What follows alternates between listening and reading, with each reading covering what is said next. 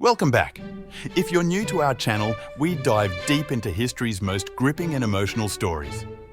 Tonight, we explore a hauntingly beautiful legend from World War I, the story of the Angel of Mons.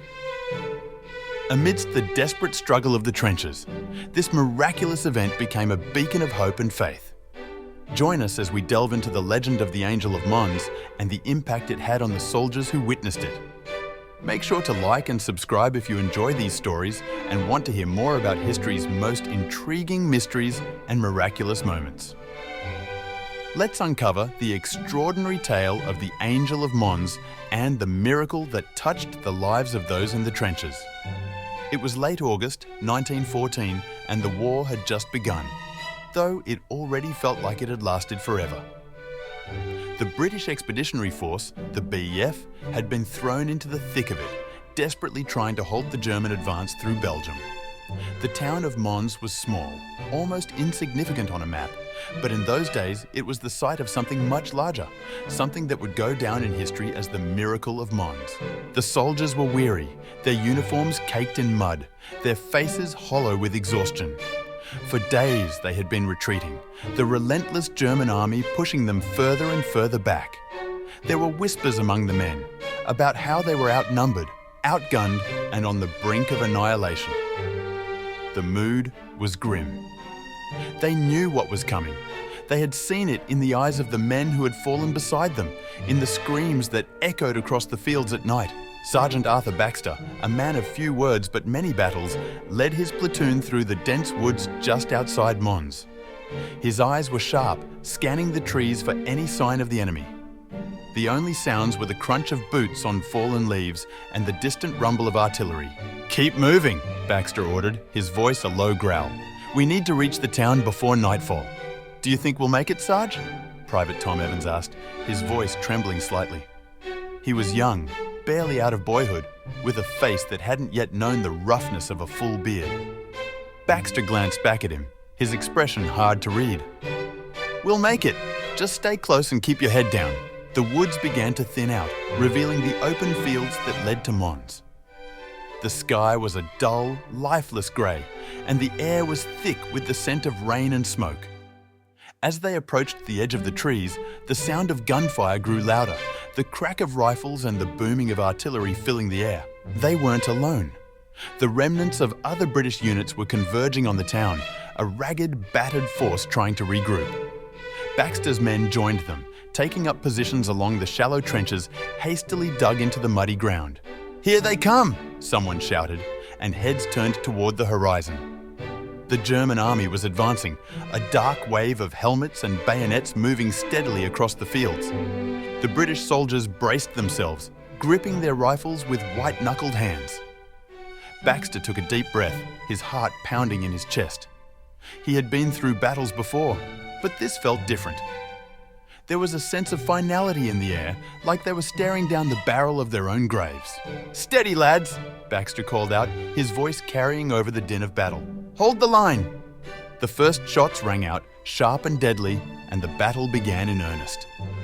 The British fought with everything they had, but it was clear they were outmatched. The Germans kept coming, relentless and unyielding, their sheer numbers overwhelming the thin British line. Baxter crouched behind the trench, firing off shots with practiced precision. Evans was beside him, his hands shaking as he reloaded his rifle.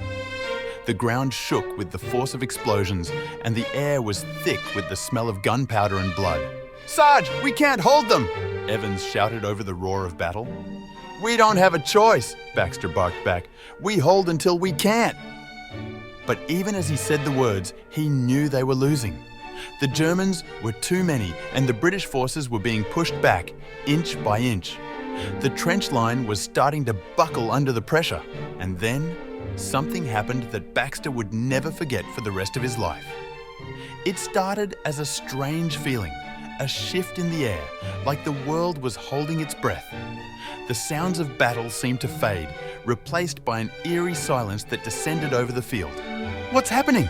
Evans whispered, his voice trembling. Baxter didn't answer. He was staring at something in the distance, something that made his blood run cold. There, just beyond the German lines, a soft golden light began to glow on the horizon.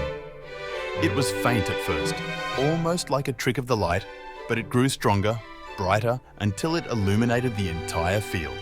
"Do you see that?" another soldier muttered, his voice hushed with awe. The light wasn't just a glow, it was something more. Baxter squinted, trying to make sense of what he was seeing. The light seemed to take shape, forming figures that hovered just above the ground. They were tall, much taller than any human, and they radiated a warmth that Baxter could feel even from where he stood. "They're angels," someone whispered, and the word spread like wildfire through the ranks. Angels. The thought sent a shiver down Baxter's spine. He had never been a religious man, but there was no other way to describe what he was seeing. The figures were ethereal, their forms almost transparent, with wings that stretched wide, glowing with a soft golden light. Their faces were serene, almost otherworldly, and their eyes seemed to see right through him, as if they knew every secret, every fear he had ever held. "What do we do, Sarge?" Evans asked, his voice barely audible. Baxter shook his head, unable to tear his eyes away from the sight. We hold the line, but the Germans had seen it too. Their advance slowed, the soldiers hesitating as they caught sight of the angels. Some of them dropped their weapons, their faces pale with fear, while others fell to their knees, murmuring prayers in their native tongues. The entire battlefield seemed frozen in time, caught between the living and the divine. Then, as suddenly as they had appeared, the angels moved. They didn't walk. They glided effortlessly, their wings barely stirring the air. They moved between the British and the Germans, placing themselves directly in the line of fire. "Hold your fire," Baxter shouted, but it was unnecessary. No one was shooting. The soldiers were too stunned, too awestruck by the presence of these celestial beings. The angels reached the German lines, and there they stopped. For a moment, everything was still. The golden light bathed the battlefield, softening the harsh lines of war. And in that light, Baxter thought he could hear something. A faint, melodic sound, like distant music carried on the wind. And then, just as quickly as they had come, the angels vanished. The light faded, the music stopped, and the battlefield was plunged back into the harsh reality of war. But something had changed. The Germans, who had been so relentless in their advance, began to retreat, their faces pale, their eyes wide with something like fear. Are they leaving?" Evans asked, his voice filled with disbelief. Baxter nodded, his heart still pounding in his chest. "It looks like it." The British soldiers watched in stunned silence as the German forces pulled back, their once unbreakable line dissolving into the distance. The battle was over, and against all odds, the British had held their ground. In the days and weeks that followed, the story of the angels spread like wildfire. Soldiers who had witnessed the event spoke of it in hushed tones, their voices filled with a mixture of awe and fear. Some believed it was a miracle, a sign from God that they were not alone in their struggle.